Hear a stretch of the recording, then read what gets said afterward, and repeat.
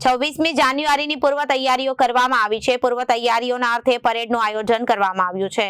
કુલ 8 platoon ઘોડસવારો dog squad અને ભાગ લીધો હતો। સુરત પોલીસના દરેક જવાનો આ કાર્યક્રમમાં ભાગ લેશે। 26મી જાન્યુઆરીના રોજ 77મા પ્રજાસત્તાક પર્વની જિલ્લા કક્ષાની શાનદાર ઉજવણી માંડવી તાલુકા મથકે કરવામાં આવશે, જેમાં જિલ્લા કલેક્ટર ડોક્ટર સૌરભ પારધીના હસ્તે ધ્વજવંદન કરાશે। આ રાષ્ટ્રીય પર્વના સુચારુ આયોજન અને પૂર્વ તૈયારીઓના ભાગરૂપે માંડવી નગરપાલિકા ગ્રાઉન્ડ ખાતે પ્રાંત અધિકારી કૌશિક જાદવ અને જિલ્લા પોલીસ વડા રાજેશ ગડિયાની ઉપસ્થિતિમાં રિહર્સલ યોજાયું હતું।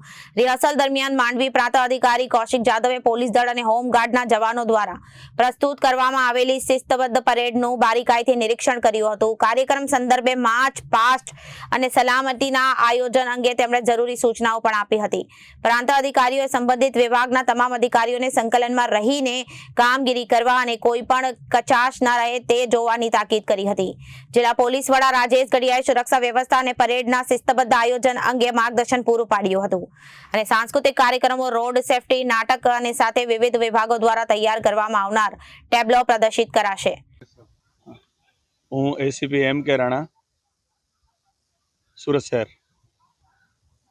આજે ગણતંત્ર દિન પરેડની પૂર્વ તૈયારીના ભાગરૂપે આજે સમગ્ર પરેડનું આયોજન અને પ્રેક્ટિસ કરવામાં આવેલ, જેની અંદર કુલ 8 પ્લાટૂનોએ ભાગ લીધેલ, તેમજ ઘોડેસવારો એટલે કે માઉન્ટેડ યુનિટ, ડોગ સ્ક્વોડ અને અમારા એક્સ્ટ્રા ઓર્ડિનરી વ્હીકલ્સ બધા એનું પણ ડિસ્પ્લે કરવામાં આવેલ, તેમજ સાંસ્કૃતિક કાર્યક્રમોનું પણ આયોજન કરવામાં આવેલ, જે આજે પ્રેક્ટિસ પૂર્ણ કરેલ છે।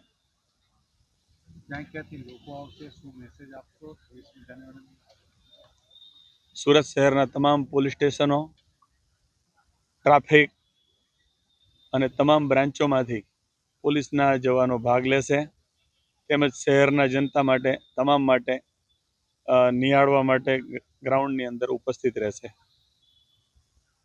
Reporter Arvind Rathod, Janadesh news, Surat.